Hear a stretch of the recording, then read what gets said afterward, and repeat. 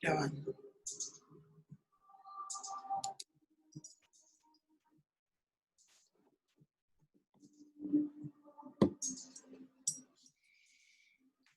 Buenas tardes. Hoy vamos a iniciar una sesión de entrevistas y en esta ocasión entrevistaremos a una periodista, una persona muy importante versada en el área de las letras. Y ella nos va a explicar un poco la importancia de la lectura para el desarrollo del individuo, del ser humano como tal. Siento que en estos momentos en que las personas están viviendo una fuerte cuarentena, creo que más que preocuparnos, bueno, dentro de lo que cabe, ¿no? Claro que esto genera ciertas situaciones que son motivo de preocupación, pero a lo que me refiero es que en vez de estarnos martillando la cabeza con el problema en sí de la cuarentena, lo que representa, qué está pasando, cuándo pasará, debemos tratar de buscar situaciones alternas, soluciones alternas. Una de esas soluciones alternas la constituye la lectura. A través de la lectura nosotros podemos ampliar horizontes. Nosotros podemos viajar, conocer el mundo a través de la lectura. Eso es muy importante. Ya está entrando aquí nuestra invitada.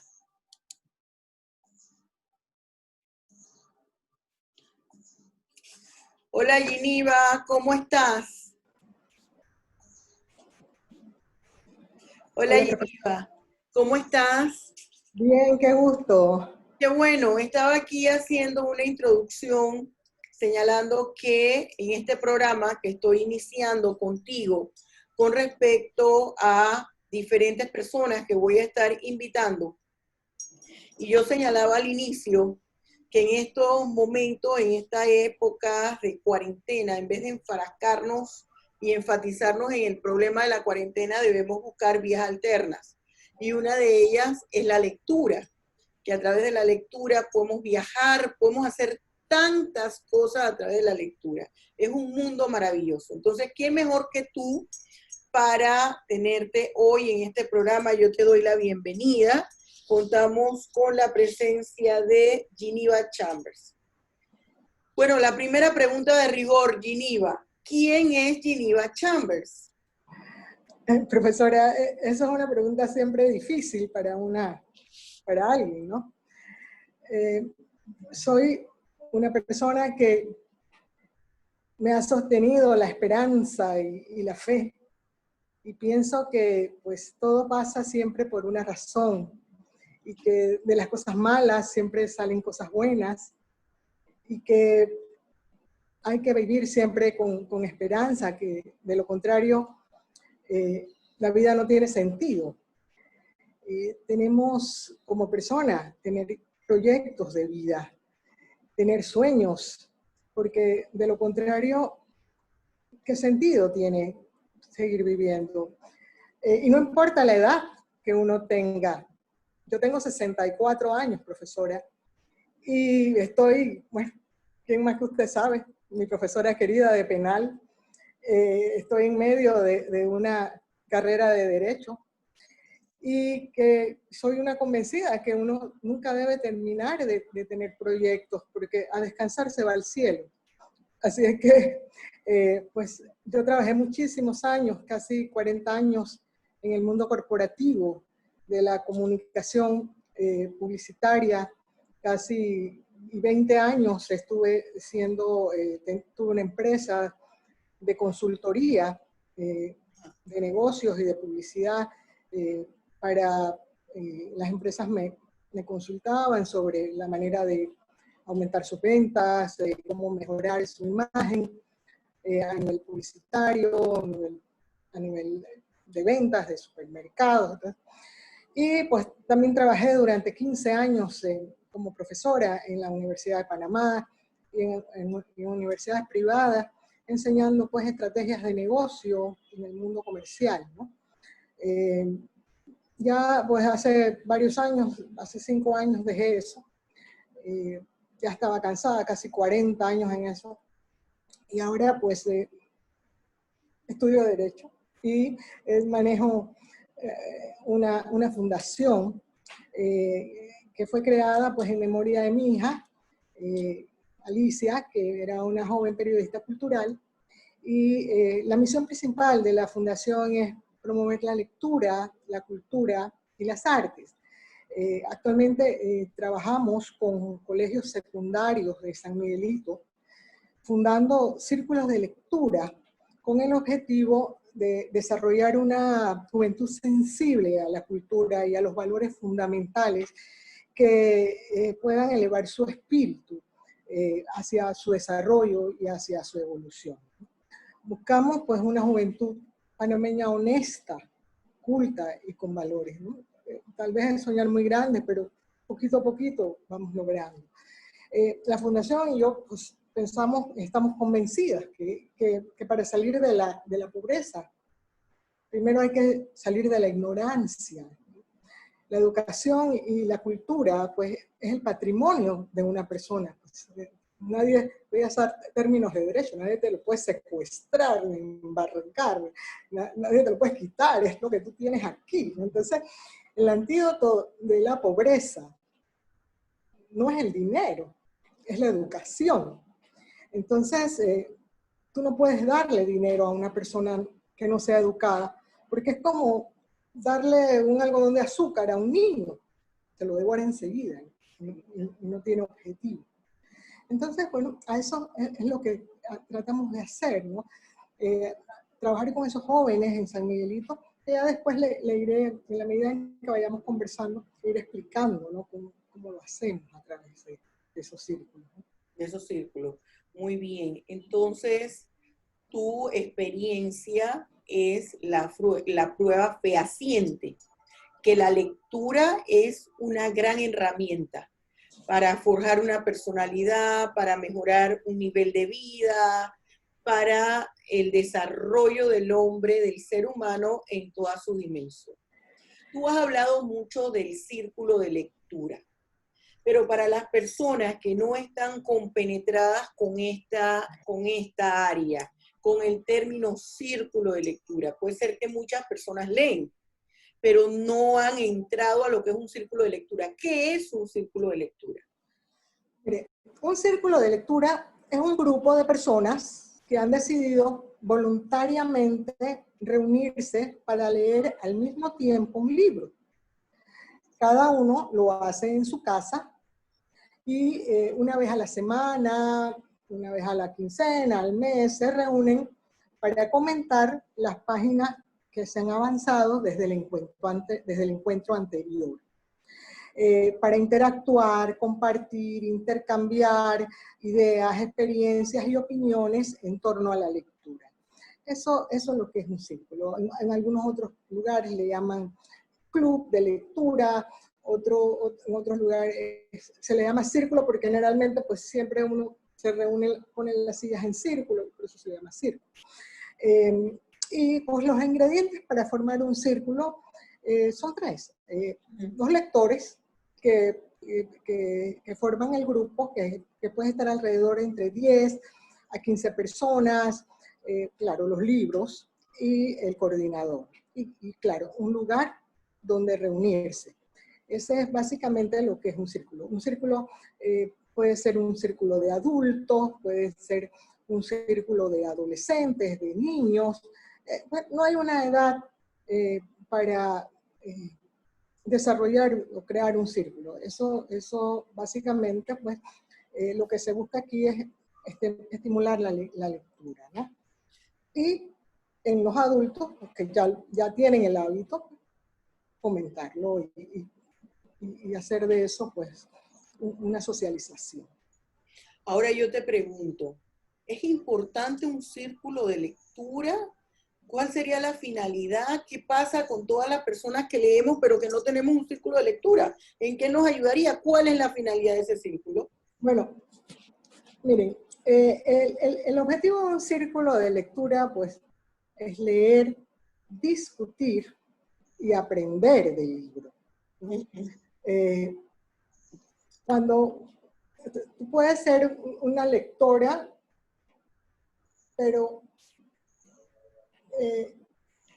solamente te quedas tú con tu libro, mientras que al tú compartir esa lectura con otras personas, no solamente socializas, aprendes y desarrollas otras ideas que tenía la otra persona que tal vez tú nunca la pudiste percibir cuando leíste, ¿no?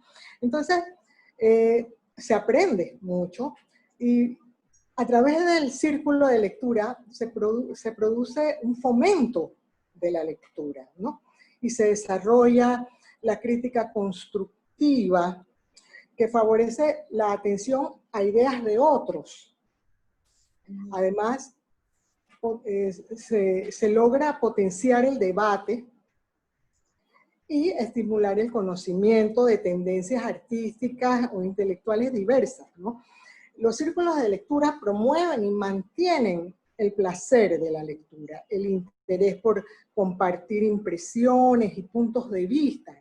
Ayuda a que el lector conozca la biografía de los autores, intercambio de libros, la socialización entre los miembros, y además se pueden desarrollar otras actividades alrededor del círculo, como puede ser ver películas, visitas a museos, reuniones con los autores, y un sinfín de otras actividades que se generan a través de esa socialización que tú logras con un círculo.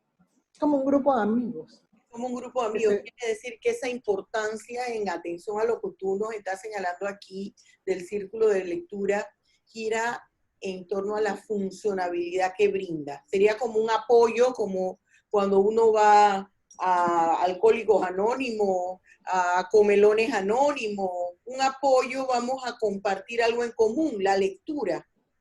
Porque a veces hay personas que están muy solas, aunque vivan acompañadas de otras personas, se sienten solas. Y esto sería una forma también de ayudarlas y sería un apoyo productivo. Pero fíjate, ahora estamos en época de cuarentena. ¿Qué debilidades y fortalezas tú le podrías encontrar a un círculo de lectura? Sobre todo ahora que estamos en cuarentena. Bueno, a mí me gustaría que, eso se lo puedo decir ahora, pero sí me gustaría, por ejemplo, hablar sobre las experiencias, ¿no?, que yo me he encontrado, por ejemplo, con la fundación, ¿no? De mi experiencia con jóvenes en San Miguelito, yo trabajo con jóvenes de 13 a 18 años. Al Meduca le ha costado muchísimo formar círculos de lectura en las escuelas. Y allí pues hemos entrado nosotros a darle ese apoyo para crear esos círculos, ¿no? Y las debilidades que nosotros nos encontramos cuando tratamos de formar los círculos, pues los muchachos, pues la mayoría de ellos carecen de hábitos y técnicas de estudio. Tienen un bajo nivel de comprensión, vienen de hogares disfuncionales donde no se fomenta la lectura, no hay una estabilidad laboral, hay violencia doméstica, hay abusos sexuales, hay embarazos adolescentes y una gran deserción escolar. Entonces, y en muchas ocasiones la falta de interés de los mismos profesores de promover este tipo de actividades porque no quieren asumir más trabajo. Es lamentable. Entonces, también hemos encontrado fortalezas en estos círculos cuando trabajamos, ¿no? El año pasado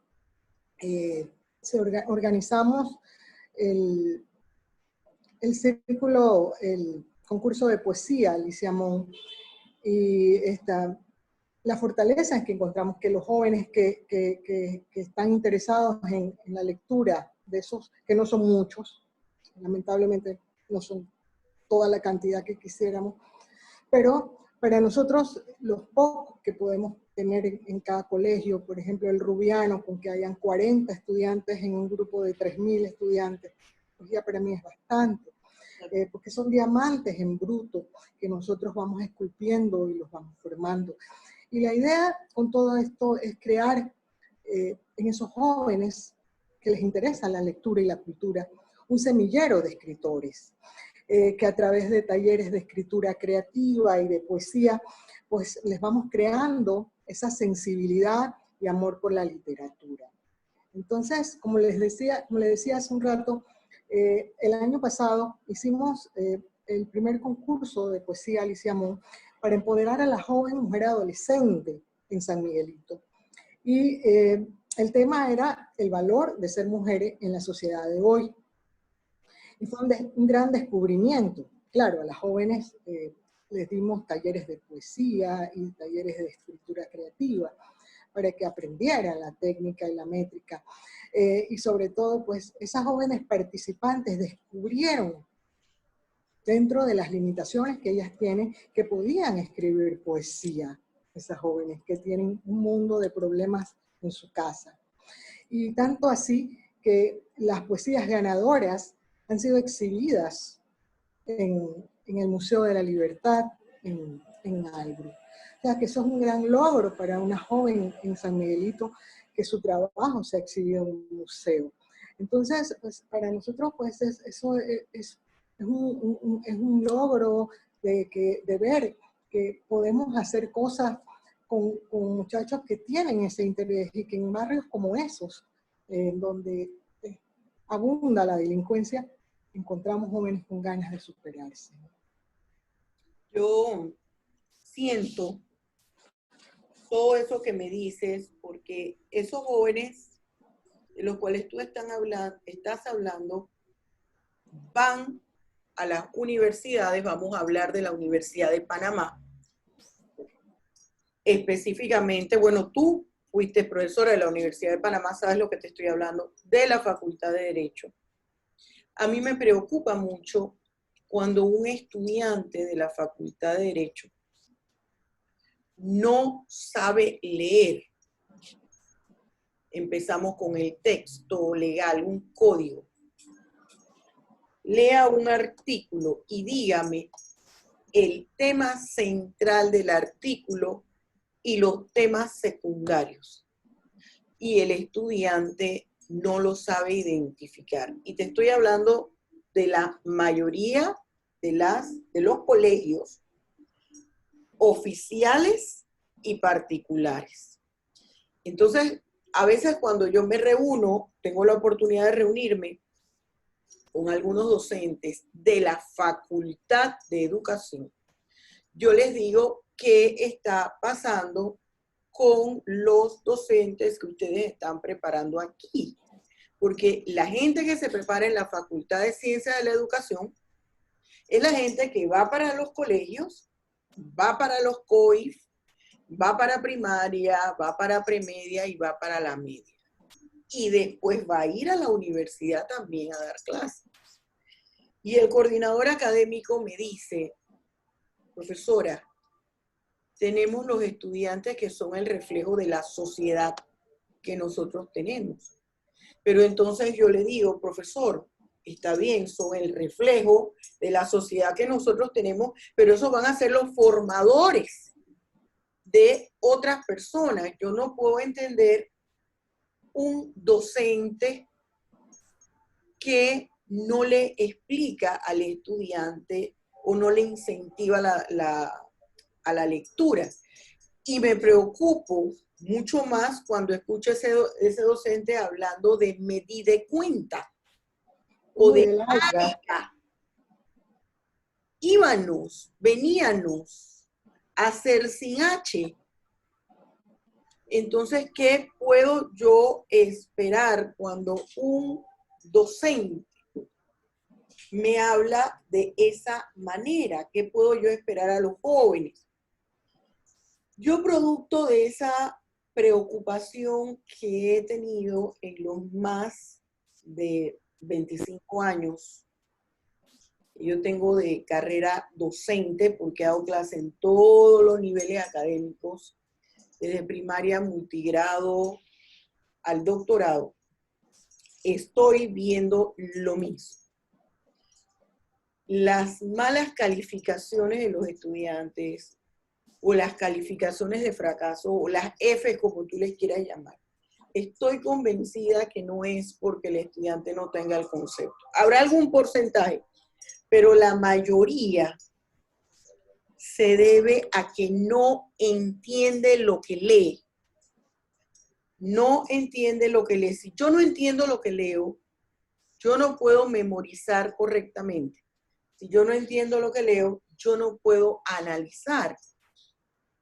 Por eso le tienen tanto miedo a analizar un código o a que los profesores pongan textos muy amplios. Eso para ellos se convierte en una tortura china. Por eso es que el estudiante quiere es PowerPoint, gráficos, porque él no sabe advertir eso. Producto de esa situación, yo vengo trabajando con mis grupos de estudiantes desde el año 2018, tengo 2 años, 2017, perdón, de estar trabajando con ellos, estudio derecho penal a través de obras literarias. A mí me gusta mucho la lectura y me gusta mucho la novela. De hecho, tengo algunas novelitas. Y siempre se me ha criticado que yo implemento este tipo de lecturas. Te digo esto para introducirte a la pregunta, tú como experta. ¿En qué beneficia un círculo de lectura a un estudiante de derecho? ¿Eso le beneficia, eso le sirve o no?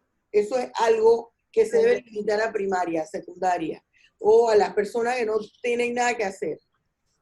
Bueno, mire, profesora, decía Joseph Addison, el poeta inglés, que leer es para la mente lo que el ejercicio para el cuerpo, ¿no? Y hay una muy buena frase de un escritor mexicano que se llama Juan José Arreola, muy célebre, que dice que si no lees, no puedes escribir. Y si no puedes escribir, no puedes pensar. Y yo le agrego otra frase, y si no puedes pensar, tampoco puedes hablar. Entonces, pues, una cosa trae la otra, ¿no? Entonces, la lectura es un desarrollo, es una herramienta de desarrollo fundamental que se encuentra en los libros, no se encuentra en los mensajes de texto de WhatsApp. Ay, Dios, exacto. ¿No? Entonces, pues, la lectura ofrece innumerables beneficios, no solamente al estudiante de derecho, a cualquiera persona, a cualquier estudiante. Pero vamos a concentrarnos en los estudiantes de derecho. Sí. La lectura ofrece innumerables beneficios, como por ejemplo, agudiza la astucia, estimula el intercambio de información y conocimiento, estimula la percepción, la concentración, la empatía, inclusive. Hay investigaciones que se han desarrollado con respecto a las personas que leen, y se ha encontrado que los estudiantes más exitosos son los que poseen habilidades de expresión, de lectura y de lenguaje. Porque a través de eso hay un incremento en la capacidad de concentración, análisis e interpretación del libro. Mejora el debate, el análisis, la argumentación. Y podría quedarme aquí, profesora, diciéndole beneficios que no nos va a dar el tiempo. Pero ya con los que yo le he dicho, pues son los necesarios que debe tener un estudiante de Derecho para poder litigar, debatir, hablar. Yo no conozco a ningún abogado mudo, no sé si hay, pero... Cierto. Eso sería garrafal, un abogado. No sé si existen, pero el abogado tiene que hablar, y eso lo trae la lectura a través del pensamiento, porque uno al leer, tú vas recopilando información que no necesariamente es tuya, es de otra gente que ha leído, que has leído, y eso se te va metiendo en tu cabeza, y eso es lo que te da la facilidad a ti de poder hacer y decir cosas. Además, que un abogado tiene que ser culto, tiene que ser un letrado, tiene que saber de todo. Entonces, pues la lectura es un mediador de la actividad mental, ¿no? Por la cual los estudiantes aprenden, reflexionando y generando conocimiento.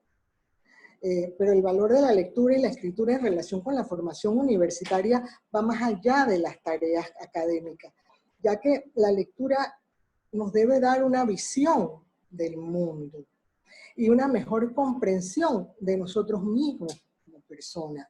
Nos colabora también a mejorar nuestra forma de interpretar y comprender lo que hay a nuestro alrededor, facilitando nuestra relación con otras personas. O sea que eso es, o sea, nos ayuda a ser mejores personas, mejores profesionales, y poder saber en este mundo que vivimos, poder desarrollarnos profesionalmente. Un abogado que no tenga esas cualidades, no sé, ¿dónde puede trabajar? Está frito. Un abogado que no tenga esas habilidades está frito. Porque sobre todo ahora, en el sistema procesal penal acusatorio, es muy importante. Y eso forma parte de la personalidad del abogado. El abogado debe desarrollar el arte de la palabra. Eso es muy importante. Ahora, me gusta la lectura. Tengo deseo de estudiar, pero no tengo libros y no tengo los medios económicos para comprar los libros. ¿Qué hago? ¿Dónde hago? Hay en la web insumos para que esa persona pueda leer y no tenga que gastarse $100, porque cuando uno va a comprar, lo mínimo libros que se gasta son $100. Sí, lamentablemente, pues leer, comprar libros en Panamá, en las librerías, es costoso, ¿no? Estamos hablando de que un libro no te baja de $25, $30, y pues definitivamente nadie tiene esos presupuestos para poder llevar una persona que lee 2, 3 libros al mes, imagínense.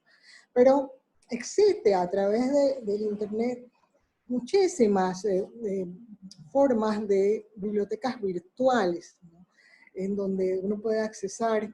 Yo, por lo menos, antes yo era incapaz de agarrar que no fuera un papel, el libro, tocarlo, leerlo y llevármelo a todos lados. Pero ya, pues, he encontrado otras formas porque definitivamente los presupuestos pues, no dan como para comprar tantos, pero hay otras maneras de poder accesar a, por ejemplo, la ciberoteca, es la biblioteca virtual más grande del mundo. Está, por ejemplo, el proyecto Gutenberg, con libros de todo género. Está la Biblioteca Digital Mundial, que es una iniciativa de la Biblioteca del Congreso de los Estados Unidos conjuntamente con la UNESCO. Está también la Biblioteca Digital Hispana de la Biblioteca Nacional de España, ¿no? Con más de 10.000 obras de habla española. de habla hispana. También está la biblioteca virtual Miguel de Cervantes. O sea que hay mucha, o sea, el que no lee... Porque no quiere. Porque no le da la gana, ¿no? Hay muchas maneras de buscar información a través del internet para leer. O sea, si tienes una buena tableta o un teléfono, o ¿quién no tiene ahora mismo un teléfono para poder accesar a un documento y leer un libro? Cualquiera, ¿no? Así que el que no lee es porque no quiere, o porque no tiene el hábito, ¿no? Porque es importante que sepamos también, ¿no? La lectura se desarrolla desde casa. O sea, pero yo fui una que no la desarrollé en casa. Yo venía de padres que trabajaban y que no tenían ese hábito. Lo tomé después de los 20 años, pero al niño lo entusiasma tú con la lectura a través de la compra de libros, a la hora de dormir, que se le lee el cuento, y que el niño lea el patito feo y te explique por qué el patito es feo y por qué esto. ¿No? Entonces eso se va desarrollando desde la casa. Entonces, por eso es que a los jóvenes les cuesta, mucho trabajo leer, porque no vieron ese referente de los padres en casa. Tampoco en la escuela, cuando llegan, les imponen estas lecturas, que pues, algunas pues, novelas aburridas, que se les impone como un castigo, ¿no? Entonces no ven la lectura como algo entretenido, como algo que divertido, sino como una obligación, como un castigo. Entonces allí se va formando pues ese rechazo, ¿no? A la lectura, que es aburrida, ¿no? Entonces la televisión no ayuda, el internet no ayuda, esos juegos tampoco que hay de no sé qué. Entonces todas esas cosas pues impiden, pero hay que tener fe, ¿no? Entonces uno no puede decir, bueno, es que esto está pasando y que simplemente no hacer nada, ¿no? Tú tratas de que ellos descubran, ¿no? Yo me he encontrado con grupos que quieren leer, pero tú no puedes llevarlos a leer una novela muy complicada.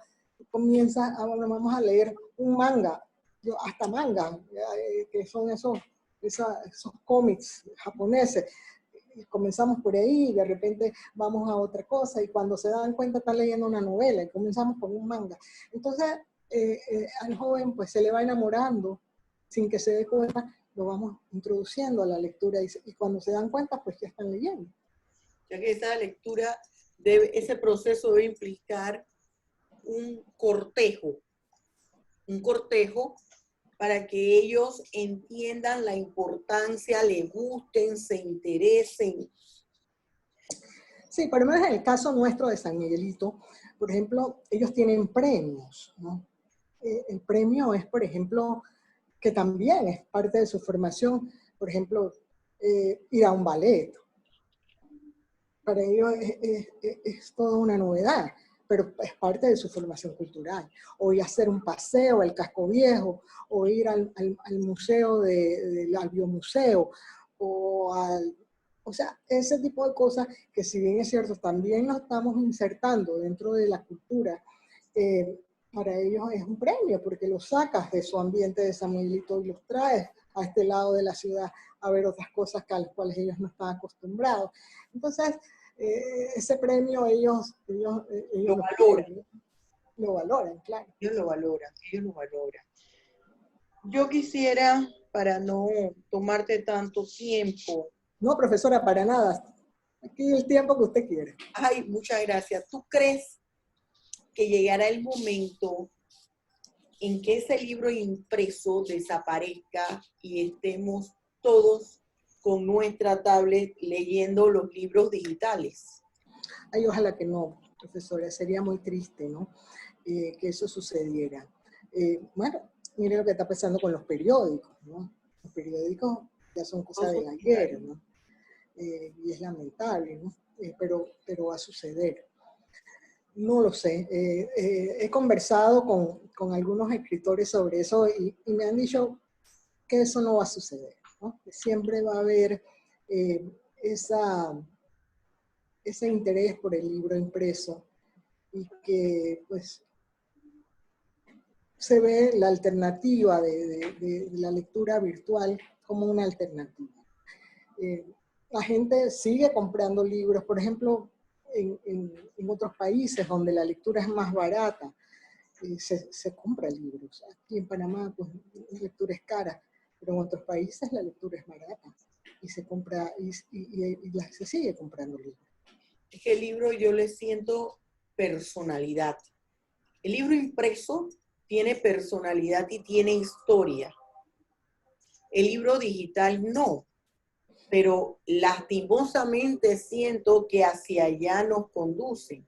Yo, por ejemplo, no tenía pensado hasta enero de este año sacar libros digitales. No estaba en mi mente nada de eso. Pero las circunstancias del momento me han orillado a eso. Por ejemplo, mi novela más reciente, que es El amanecer de mis 50 años. Yo ya había visualizado con mi diagramador hasta el papel que iba a utilizar, que se iba a utilizar en la novela. Pero viene todo este acontecimiento y cambia inmediatamente.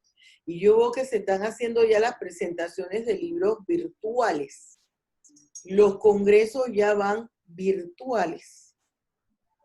Eso por una parte, bueno, se ahorran los costos, pero también se pierde ese contacto que tú vas a otro lugar, aunque ya lo hayas visitado, pero si ya lo visitaste, recuerdas.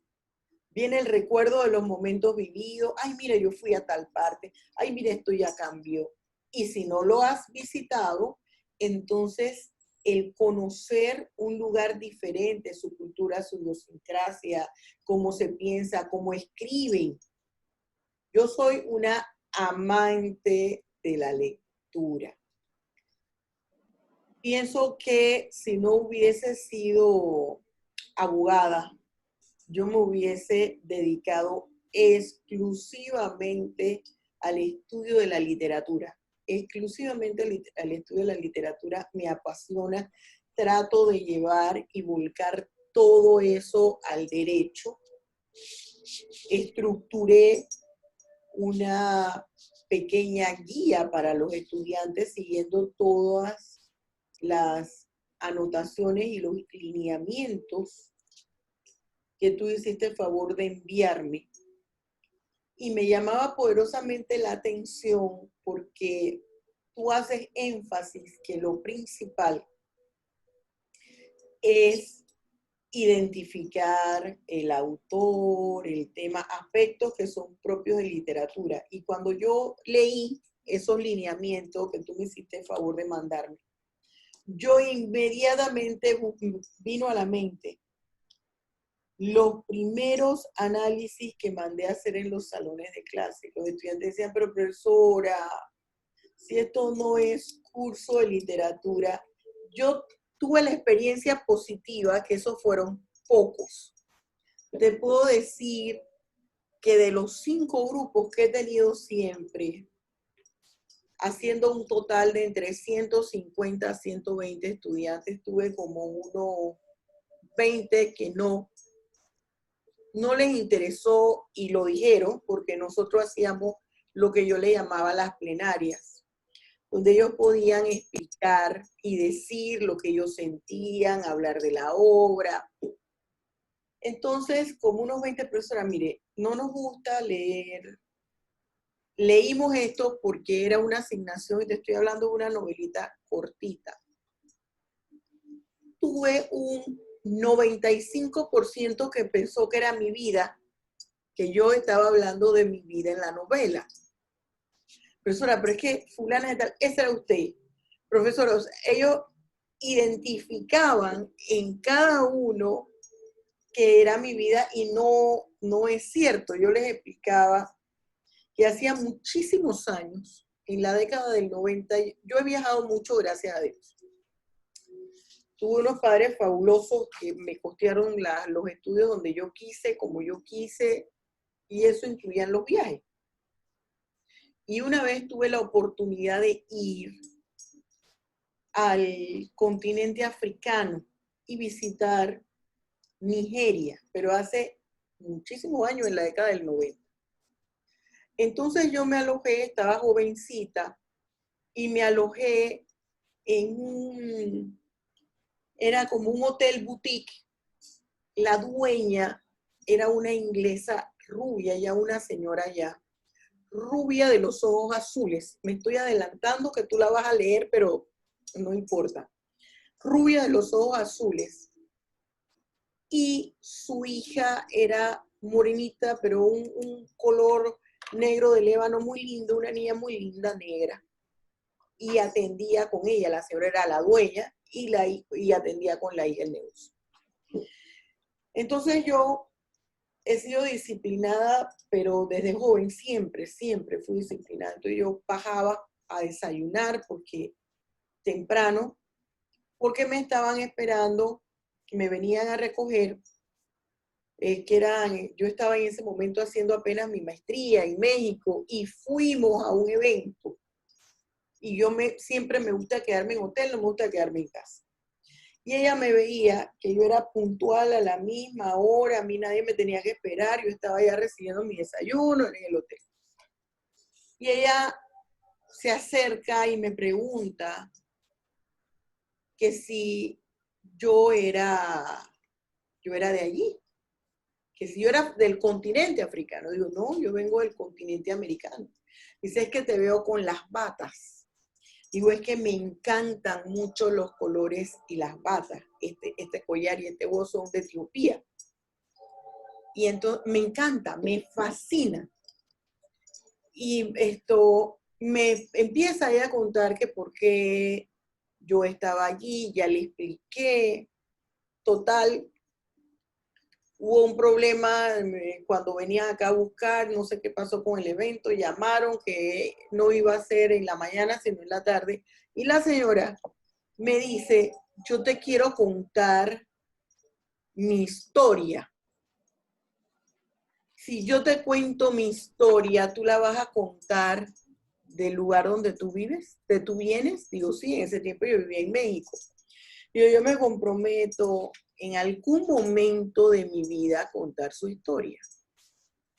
Entonces ella me explicaba que cuando ella estaba en Londres, obviamente yo varié la dinámica de la novela, pero cuando ella estudiaba en Inglaterra, arte, ella conoce a un africano, a un nigeriano que era de la nobleza entre ellos. Y el papá tenía, creo que minas, me parece. Bueno, y se enamora de él, pues, sí, él se enamora de ella.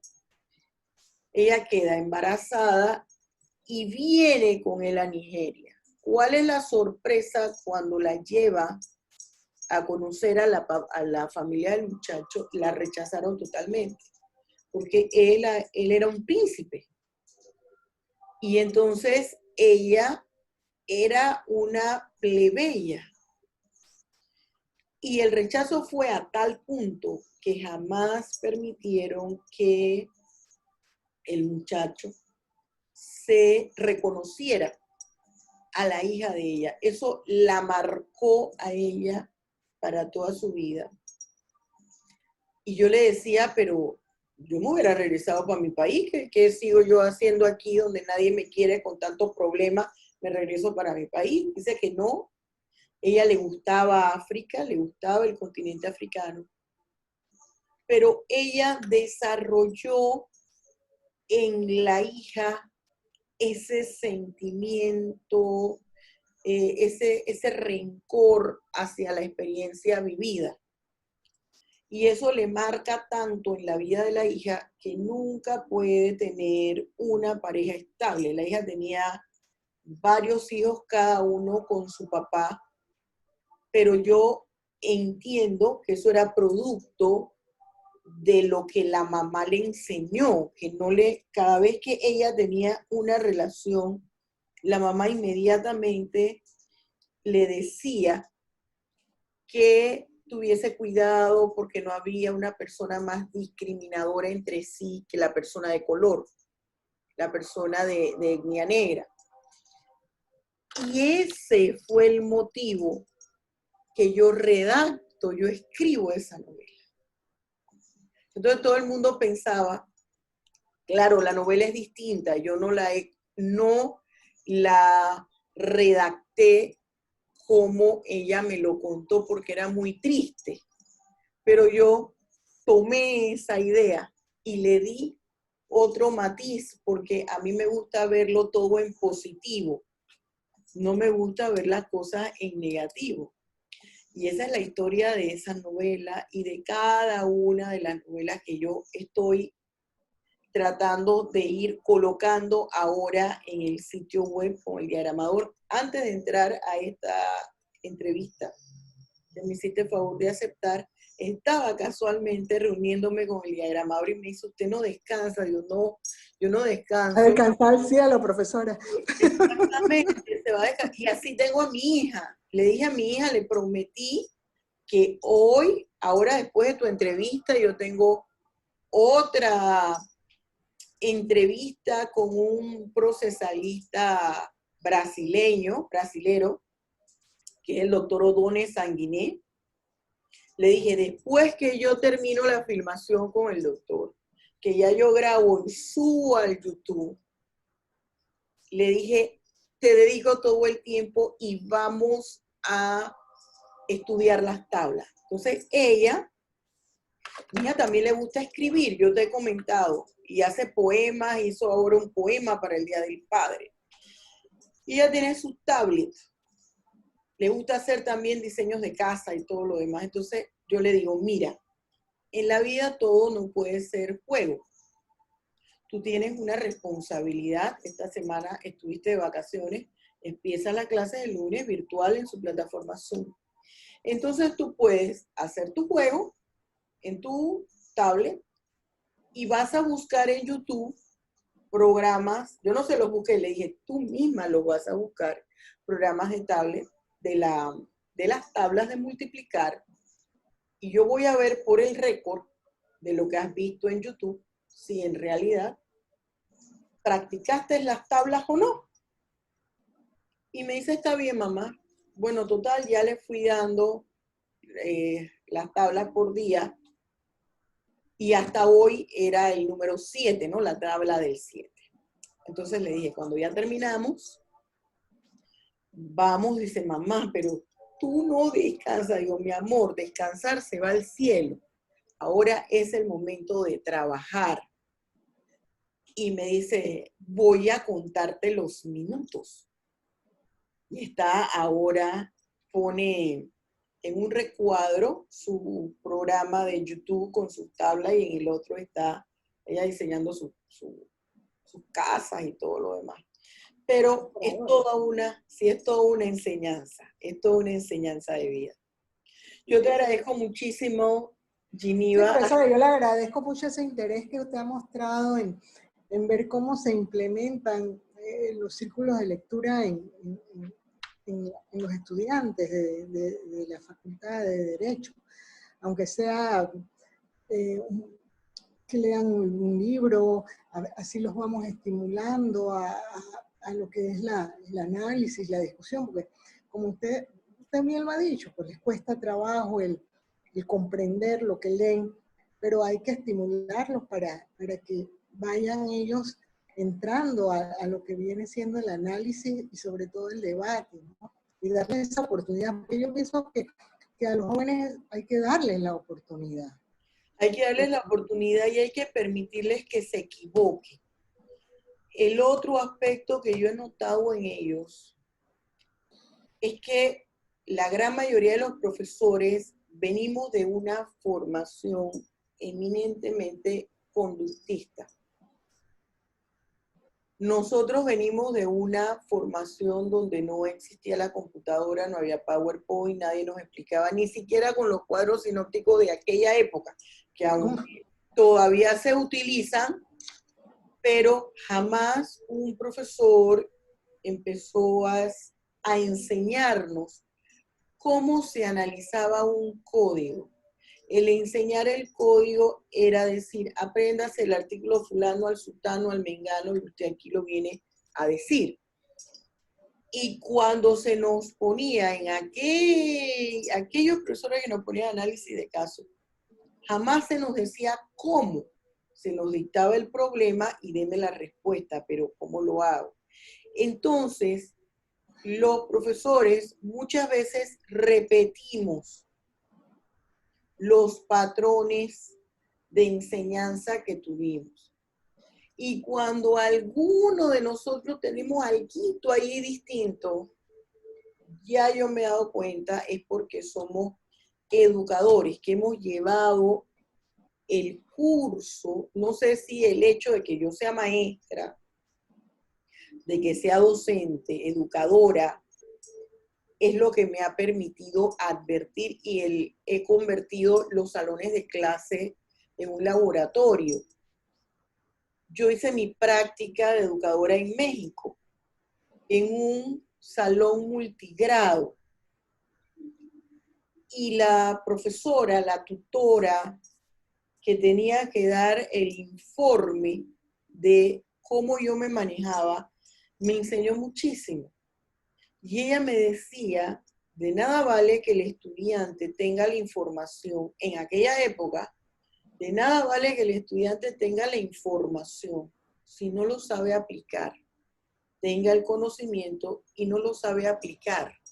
Ella decía, es una persona que jamás se ha puesto zapatos, jamás, si es mujer, se ha puesto una media, jamás ha comido con los cubiertos, y a la persona la ponen, le regalan un par de zapatos, un par de medias, el mejor vestido, la sienta en el mejor restaurante, con los mejores cubiertos y la porcelana más fina, pensando que le va a agradar y le va a ocasionar un trauma.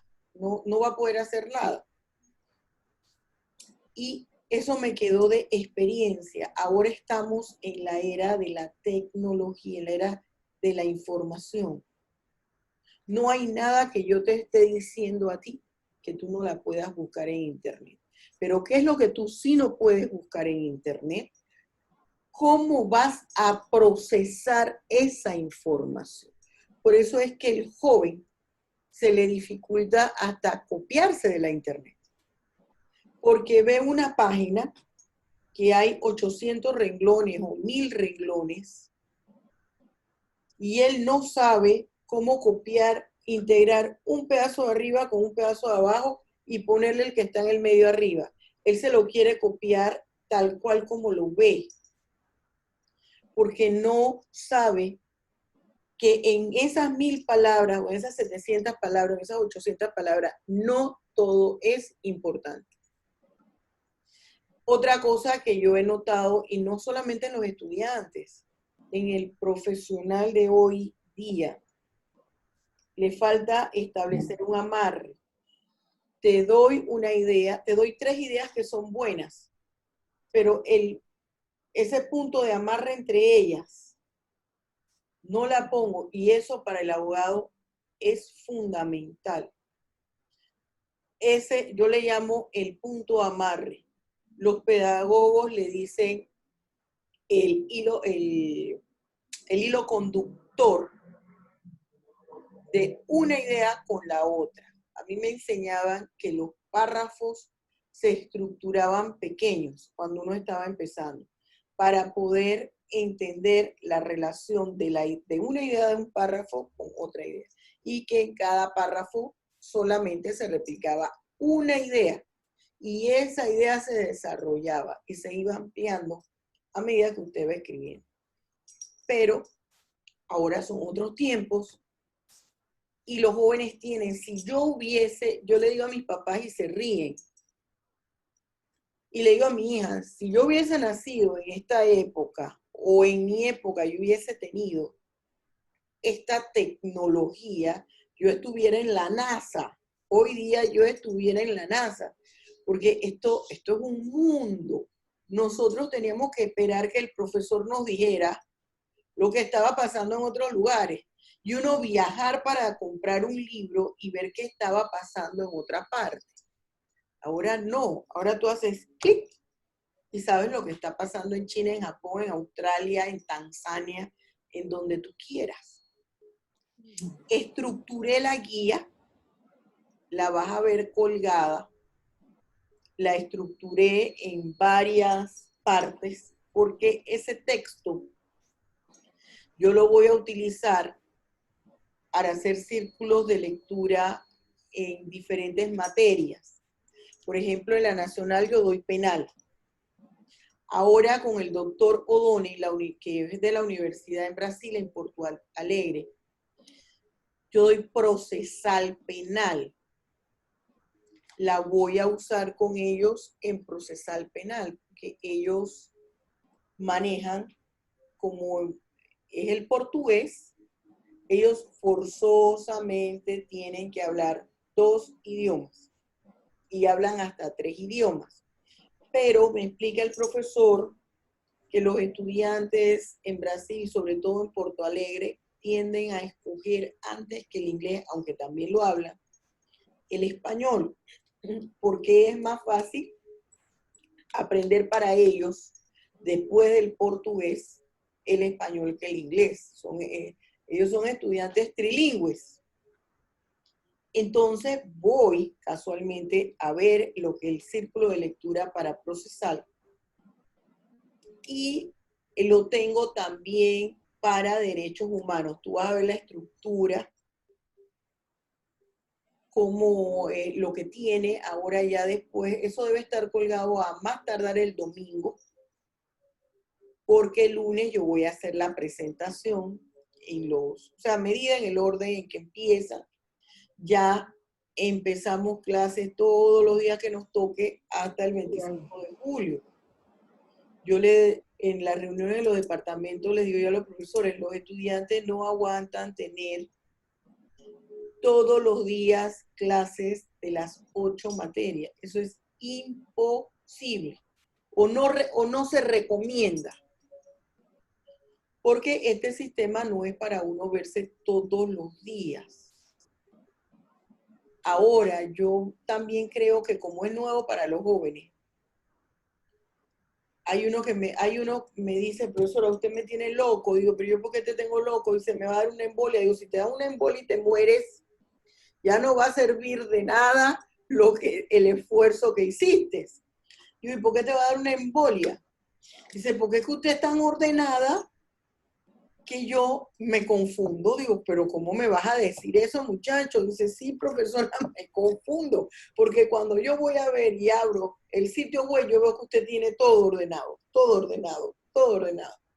Pero son experiencias que ellos tienen que vivir. Son experiencias que tienen que vivir.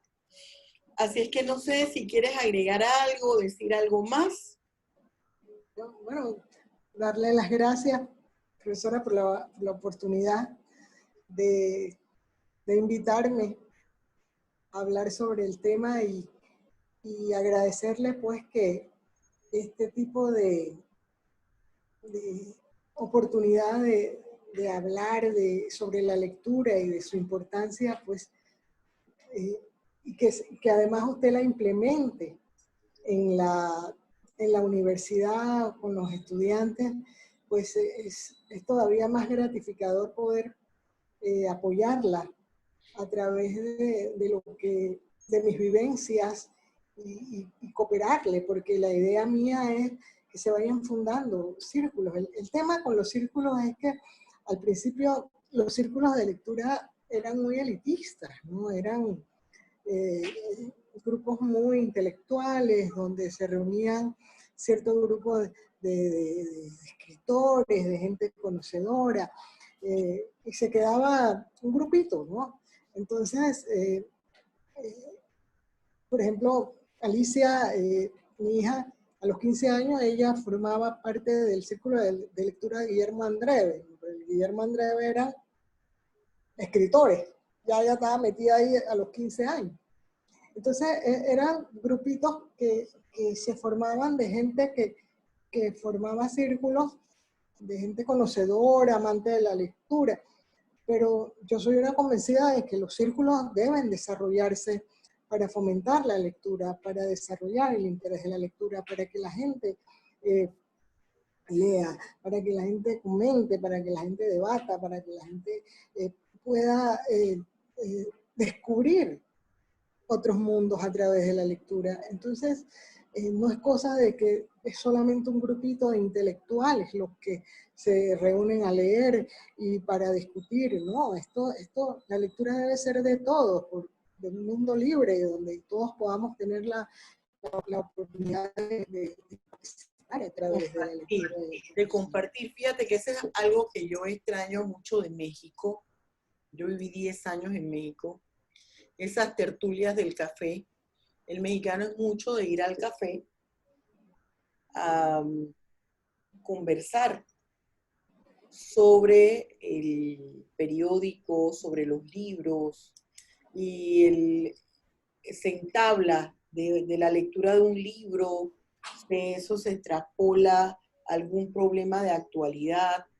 Eso es algo que yo extraño mucho en mis compañeros. Lastimosamente, la mayoría de las personas con quienes yo estudié en la UNAM se fueron a otros países, se fueron a vivir a otros países, y en el momento no logramos lo que he hecho yo ahora con otras amistades de otros países, mantener la cohesión del grupo, y cada vez tú te vas enviando menos cartas, menos invitaciones, ya te mudaste, se te perdieron los números, y la mayoría, y uno que otro que quedó por allí, ya no viven en Ciudad de México, se fueron a otros pueblitos de otros estados, y uno perdió esa comunicación.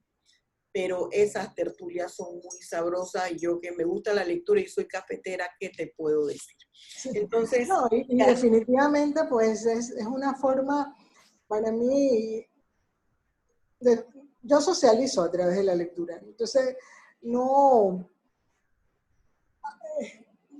ya es parte de mi vida, o sea, salir y con la gente que conozco, con amigas, y de repente terminamos como tomándonos un café y hablando de un libro o hablando de, no sé, de poesía. exacto. Lo que sí no hago es hablar de nadie, pues eso sí me da pereza. Pero sí, eso sí no hago yo, eso no es mi costumbre. Pero sí, como le digo, es algo que uno tiene que ir desarrollando en los que vienen más atrás, ¿no? Porque es lamentable que los muchachos, por lo menos yo lo veo en la facultad, y yo trato, a mi edad yo he tratado de integrarme, yo lo digo en los salones, yo aquí no hay nadie más viejo que yo, ni el profesor, y trato de integrarme y veo cómo a veces se pierde esa mística, ¿no? La mística del estudio, de la conversación inteligente, de la conversación crítica, ¿no?